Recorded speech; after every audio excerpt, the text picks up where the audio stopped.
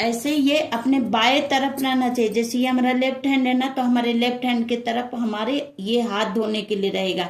ये हम अपने राइट हैंड के तरफ नहीं इसको रखे, अपना हाथ धोने के लिए लेफ्ट हैंड की तरफ रखते हैं और धो लिए। कभी भी चंदन टीका करने के बाद अपने हाथ को ऐसे नहीं, ऐसे जैसे करके झाड़ देते हैं ना, वो काम नहीं करना है, इससे बचना है। ठीक है, आप लोग ध्यान रखिएगा। देखिए पूजा पाठ में जब हम देवी देवता का करते हैं तो जल बहुत जरूरी होता है, तो हमें जल रखना चाहिए पूजा पाठ में। 1 लोटा जल हमेशा अपने मंदिर में रखना चाहिए, या उस तरह का कलश जैसे मैं रोज रखती हूँ वो भी रख सकते हैं, या सिंपल 1 लोटा जल भी आप रख सकते हैं।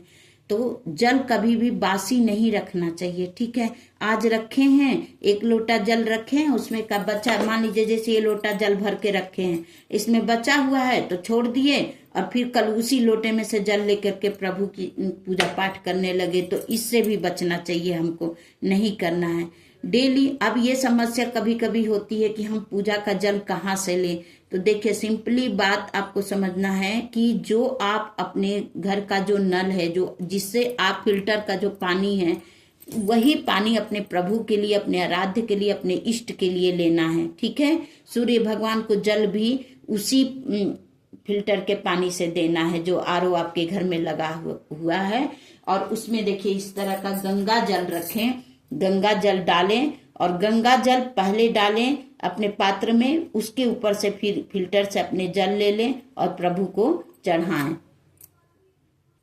एक बात का और ध्यान रखिएगा कि जब हम मान लीजिए किचन से जैसे जल लेकर के आते हैं तो ऐसे पकड़ लिए, ऐसे क्या है, ऐसे नहीं, कभी भी देखिए इस तरह से कोई चीज को नहीं पकड़ना चाहिए। प्रभु किसी को भी देखिए अर्पण का, ये जो है ना, ये अर्पण का भाव है। जब हम किसी को ऐसे देते हैं यानी कि हम उसको अर्पण कर रहे हैं, तो इस भाव से मान लीजिए कि दोनों हाथ नहीं लगाते हैं, तो इस तरीके से नीचे ऐसे पकड़ के कभी भी लोटे को या जो पात्र है उसको ऐसे पकड़ के कलश का पानी लेके आना चाहिए अपने प्रभु के लिए। ऐसे नहीं, नाखून नहीं लगना चाहिए। ठीक है, और ये भी ध्यान रखना है कि जैसे मान लीजिए इसमें जल है, ऐसे लिए ऐसे करने, ऐसे नहीं करना। ये जो नाखून है ना, देखिए मैं इसलिए मेरा नाखून मैं हमेशा सादा रखती हूँ।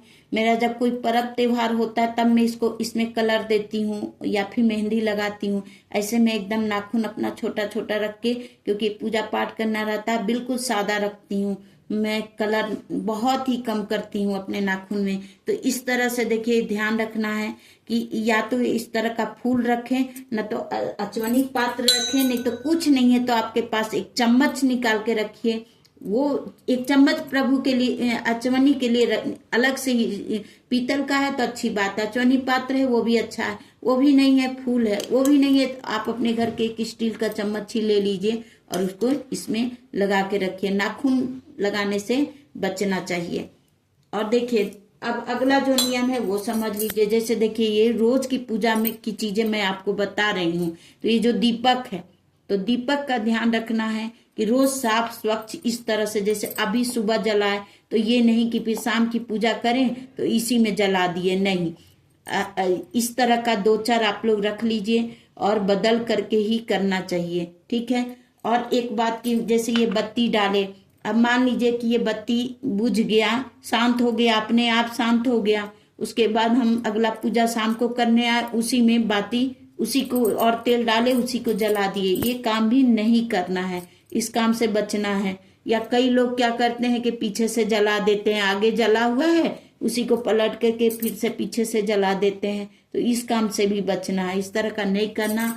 साफ स्वच्छ एक अलग से दिया लीजिए, क्योंकि ये दीप देवता होते हैं। फिर से इसमें बाती डालिए, तेल डालिए या घी डालिए, आपकी इच्छा है, और फिर से इसको प्रज्वलित करिए और फिर से इसको पानी का चवनी दीजिए। और इसमें जो भी है अक्षत, जो भी आपको, देखिए दीप का भी बहुत चीजें हैं कि अक्षत डालने से आपको क्या प्राप्त होता है, रोली डालने से क्या होता है, तो इस तरह का बहुत सारी चीजें होती हैं। तो मैं अभी जो नेसेसिटी है वो बातें आपको बता रही हूँ, तो वीडियो बताने को बहुत कुछ बता सकती हूँ, वीडियो बहुत ही लंबा हो जाता है।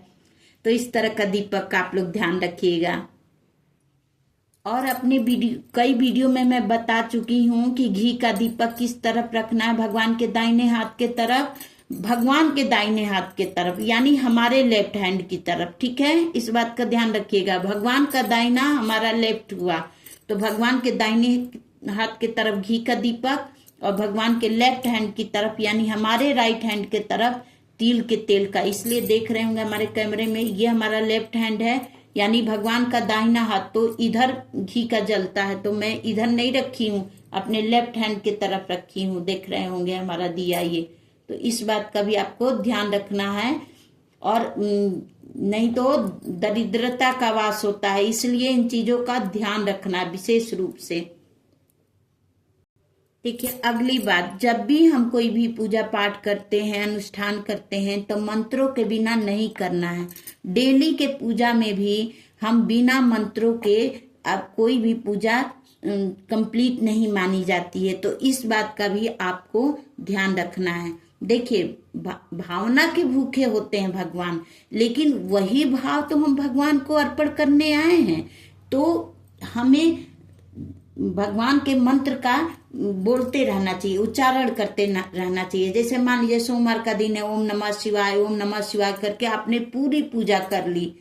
मंगलवार है तो बुधवार है, ओम गणपते नमः, ओम गणपते नमः, इस तरह का ओम दुम दुर्गाय नमः, इस तरह माँ दुर्गा की पूजा कर लिए।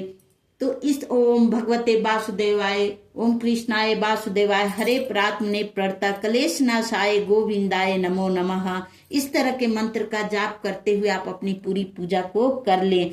जैसे मान लीजिए कि पाद्यम कर, जैसे पैर धुला रहे हैं भगवान का, या मान लीजिए जैसे छोटा सा एग्जाम्पल आपको दे रही हूँ, देखिए ये फूल ही है, तो मान लीजिए ये अपने प्रभु, अपने आराध्य जो भी आपके इष्ट है, उनको अगर ये फूल अर्पण कर रहे हैं तो बोल सकते हैं ओम गणपते नमः पुष्पम समर्पयामि। ये जैसे पुष्पम समर्पयामि, फिर ये जैसे अक्षत, ये जब मान लीजिए अक्षत, ओम गणपते नमः अक्षतम समर्पयामि, और इस अंगुली ऐसे ध्यान रखिएगा, इस अंगुली ये देवताओं की अंगुली होती है, तो इस बात का ध्यान रखिएगा। ठीक है, कुछ भी बोले मंत्र के साथ समर्पयामि, जब कुछ भी चढ़ा रहे हैं समर्पयामि, समर्पयामि मतलब मैं आपको समर्पित कर रहा हूँ, तो इस बात का भी आप लोग प्लीज ध्यान रखिएगा। पूजा पाठ की छोटी छोटी बातें होती हैं, अगर उसको हम लोग ध्यान से सुनेंगे समझेंगे तो हमारे पूजा को सफल बना देती, वही छोटी पूजा हमारे लिए बड़ी बन जाती है।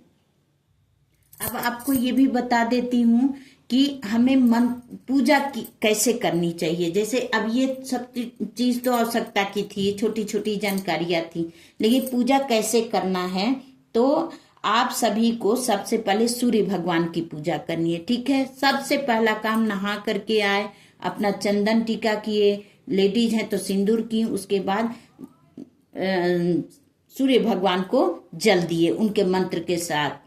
अभी किसी और में बताऊंगी वीडियो बना करके कि सूर्य भगवान को जल कैसे देते हैं, किन मंत्रों के साथ देते हैं, अभी बताऊंगी तो वीडियो बहुत लंबा हो जाएगा। तो सूर्य भगवान को जल दे, माँ तुलसी को दे, फिर गणेश जी की पूजा करेंगे, फिर उसके बाद हम माता जी की पूजा करेंगे, फिर शिव जी की पूजा करेंगे, और फिर विष्णु जी की पूजा करेंगे। पंचदेव की पूजा की जाती है। तो ये एक सीरीज है, जैसे सबसे पहले सूर्य भगवान और माँ तुलसी वहीं रहती हैं, तो माँ तुलसी की पूजा कर दी जाती है, जल दे दिया जाता है। ठीक है, फिर उसके बाद अपने जब आप घर के मंदिर में आएंगे तो सबसे पहले गणेश जी की पूजा करेंगे, फिर माँ दुर्गा की पूजा करेंगे, फिर शिव जी की पूजा करेंगे, और श्री हरि विष्णु की पूजा लास्ट में करेंगे। तो ये पंचदेव की पूजा होती है, और तो इस बात का भी आप लोग ध्यान रखिएगा।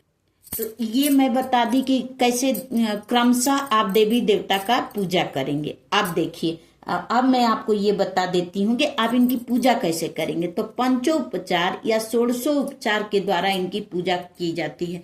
पंचोपचार फिर किसी वीडियो में बताऊंगी कि पंचोपचार षोडशोपचार थोड़ा लंबा हो जाता है। पंचोपचार अगर डेली की व्यस्तता है तो आप पंचोपचार के द्वारा भी पूजा कर सकती हैं, कि आप आए, दिया जलाए, अगरबत्ती जलाए, भगवान को जल दिए, फूल दिया, अक्षत दिए, और आपका पूजा हो गया। षोडशोपचार द्वारा थोड़ा सा ज्यादा होता है। तो ये जो विस्तृत रूप में जो पूजा करना चाहता है वो रोज षोडशोपचार द्वारा करना चाहिए, जैसे कि मैं करती हूँ। रोज ही पूजा में षोडशोपचार द्वारा ही करती हूँ।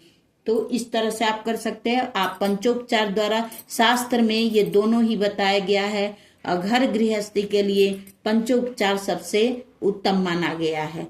तो आप अपने देवी देवता का पंचोपचार द्वारा या षोडशोपचार द्वारा जरूर पूजा कर। देखिए, अब अगली जो बात ध्यान देने योग्य है वो देखिए ये है। अब इस तरह का ये जो फूल है, जो हम अपने आराध्य को, जो प्रभु को, जो माँ को चढ़ाते हैं हम, तो इसका भी चढ़ाने का विधान होता है। ये नहीं कि ऐसे उठाकर इसे चढ़ा दिए, नहीं, इस बात का भी ध्यान रखिए।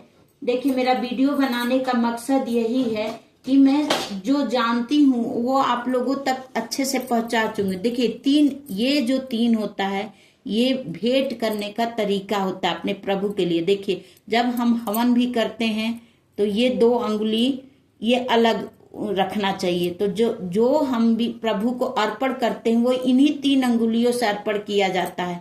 तो ये 3 अंगुली देखिए, ये मैं आपको मुद्रा करके भी दिखा रही हूँ।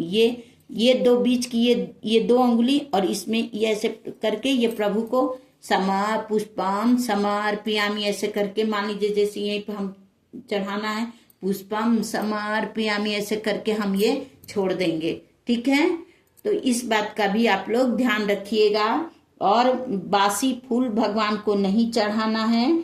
ठीक है, और देखिए एक बात का और ध्यान रखिएगा कि ये जो फूल होता है, ये बासी मतलब मुरझाया फूल तो चढ़ाना ही नहीं चाहिए, और फूल को धोना भी नहीं चाहिए। ठीक है, तो आप लोग कभी भी फूल करिएगा तो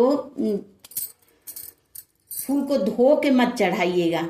ठीक है, और एक अलग से वीडियो में हर चीज के लिए, देखिए अभी मैं नया यूट्यूब पे आई हूँ, तो मेरे को भगवान ने बहुत सारी चीजें मैं जो करती हूँ, जो मुझे नॉलेज है, मैं चाहती हूँ कि आप सभी व्यूअर्स तक मैं एक एक करके पहुंचाऊं।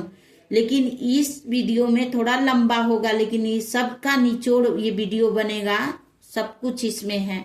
तो इस बात का आप लोग ध्यान रखिएगा। लास्ट में देखिए ये बात का ध्यान रखें, जो ये जैसे ये थाली हम बना दिए, तो इससे हम भगवान की आरती नहीं करेंगे।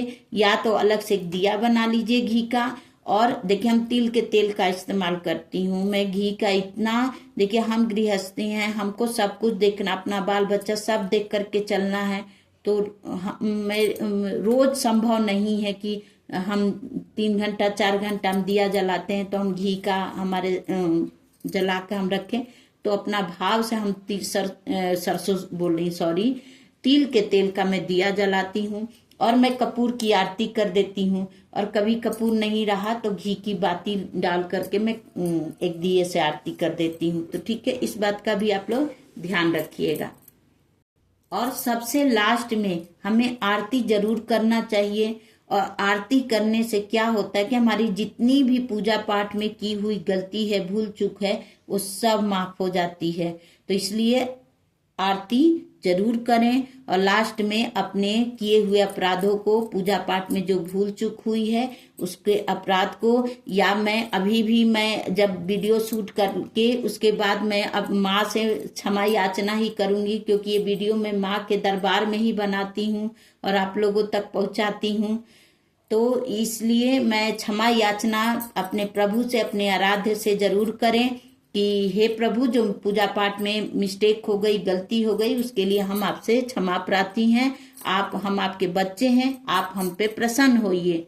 आप माँ हैं, माँ सदा अपने बच्चों पे प्रसन्न ही रहती है। ये भाव करते हुए क्षमा याचना कर लीजिएगा। और लास्ट में अपने आसन के नीचे जल जरूर गिरा लीजिएगा और आशीर्वाद माँ से मांग लीजिएगा। इस तरह से हमारी पूजा संपूर्ण हो जाएगी। तो इस बात का आप लोग ध्यान रखिएगा। ठीक है, तो इसी के साथ वीडियो यहीं समाप्त करती हूँ। आशा करती हूँ कि आपको मेरी वीडियो बहुत ही अच्छी लगी होगी। और मेरे वीडियो और मेरी दी हुई जानकारी में अगर आपको कुछ भी अच्छा लगा हो तो प्लीज मेरी वीडियो को लाइक करिए, शेयर करिए, सब्सक्राइब करिए और बेल आइकन को दबाना तो बिल्कुल ना भूलिए, ताकि मेरी वीडियो की नोटिफिकेशन सबसे पहले आपके पास पहुंचे। तो थैंक यू, धन्यवाद। और प्लीज़ मुझे आगे बढ़ाइए, प्लीज़ मेरे वीडियो को शेयर करिए और मुझे आगे बढ़ाइए, मेरा हौसला बढ़ाइए। थैंक यू, धन्यवाद।